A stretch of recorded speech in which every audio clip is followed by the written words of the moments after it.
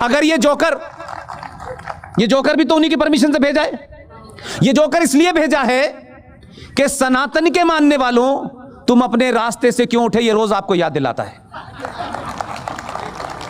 ये रोज आपको बताता है, ये रोज आपके सोए हुए जमीर को बताता है कि तुम कितने कायर लोग थे।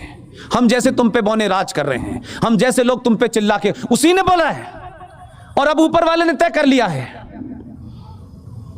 कि 1000 साल के बाद अब सनातनियों का समय है।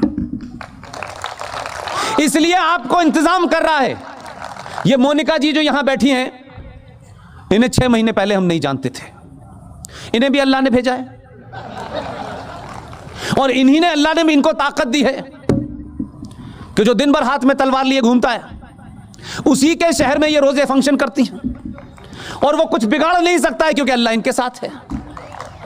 क्योंकि अल्लाह को ये मालूम है कि अल्लाह के बंदों को जिनको भेजा था, जिनसे कहा गया था कि आप नीचे जाइए जमीन पर, आपके लिए अल्लाह ने सब कुछ दिया था, लेकिन यह कहा था कि मेरे बताए रास्ते से अगर तुम हटे, यह कुरान मजीद में जिक्र है, मेरे बताए रास्ते से तुम अगर हटे तो मैं लोग भेजूंगा तुम्हें नीचे जो तुम्हें मेरे रास्ते पे ले आएंगे।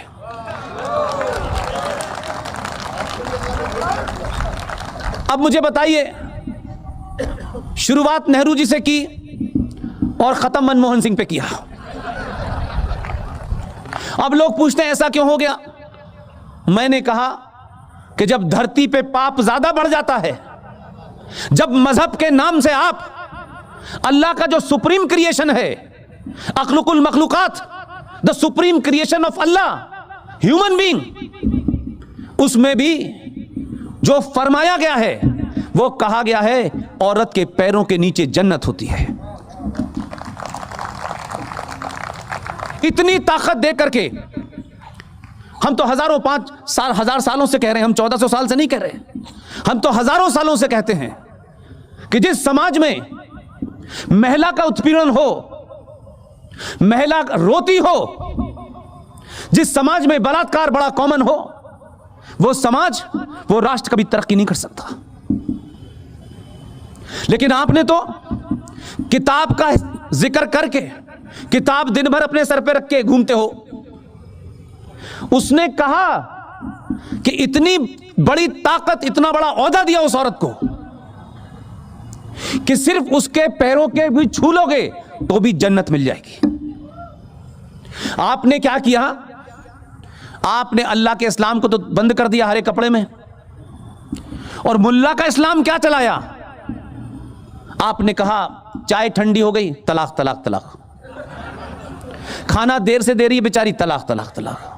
जो औरत जिसका मान सम्मान, जिसकी इज्जत आपके घर में थी, आपने चंद मिनटों में सड़क पे खड़ा कर दिया उस औरत को।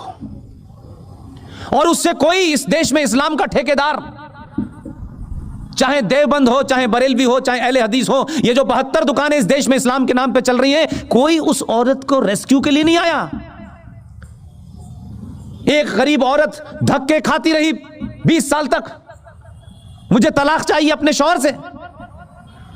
किसी इस्लामिक स्कूल ने नहीं कहा कि ये मुसलमान औरत है, तलाक मांग रही है, इसको तलाक क्यों नहीं दिया जाता ठीक से। आपका इस्लाम, आपका कुरान और आपका पाखंड और आपका शरिया और आपकी हदीस नहीं रोक पाई। आपने उसे इंसाफ नहीं दिया। मजबूर होकर वो औरत हिंदुस्तान की हिंदू मेजॉरिटी हिंदू कोर्ट के सामने गई और कहा जज साहब मुझे फैसला चाहिए। आखिर में उसका यकीन वहां गया जहां उसको लगता था यहां मुझे न्याय मिलेगा, और सारे जज हिंदू थे। उन्होंने उसका मजहब नहीं पूछा। आप भारत की नागरिक हैं, आप फैसला लेने आई हैं, आपके साथ न्याय होगा, आप किस धर्म की हैं, किस मजहब की हैं, ये नहीं पूछा, उसके हक में फैसला कर दिया। लेकिन इस देश के जिहादी मक्कार मुसलमान, बड़े बड़े सूफी, बड़े बड़े हाजी, बड़े बड़े मुफ्ती, जो लंबी लंबी जबानों से दिन भर ऐसा लगता है कुरान शरीफ उनके मुंह से निकल रहा है। दिन भर हर बात में, हर छोटी बात में अल्लाह, हर छोटी बात में कुरान, हर छोटी बात में इस्लाम, हर बात में शरिया, हर बात में हदीस। उन्हीं जिहादी मुसलमानों ने, दंगाई मुसलमानों ने, आतंकी मुसलमानों ने सुप्रीम कोर्ट के फैसले को सिर्फ इसलिए कि उनको लगा कि हमारे मजहब में यह हिंदू कैसे दे सकता है दखल। तब वो कोर्ट नहीं थी, आदर्श कोर्ट नहीं थी, तब भारत के संविधान से बनी कोर्ट पे यकीन नहीं था। इसलिए ना बुराई लगी कि यह हिंदू कैसे हमारे मजहब की औरत को तलाक देने का फैसला दे सकता है। 412 मेंबर ऑफ पार्लियामेंट, देश का आधुनिक प्रधानमंत्री, युवा प्रधानमंत्री, आजाद भारत में 412 मेंबर ऑफ पार्लियामेंट लेके इतनी मजबूत सरकार कभी नहीं बनी। इन जिहादी और आतंकवादियों ने उस हिंदू जो सुप्रीम कोर्ट में जज थे उसके फैसले को भीड़ के डर से डरा दिया और सुप्रीम कोर्ट के उस फैसले को भारत की संसद ने पलट दिया। यह थी इनविजिबल सत्ता, यह वो ताकत थी जो पिछले 70 सालों में इस देश में लोगों ने प्राप्त कर ली थी। हमारा दिल चाहेगा तो सुप्रीम कोर्ट की मानेंगे, हमारा दिल चाहेगा तो नहीं मानेंगे, हमारा दिल चाहेगा तो संसद की मानेंगे, हमारा दिल चाहेगा तो नहीं मानेंगे। यह गलतफहमी दिमाग से निकाल दीजिएगा।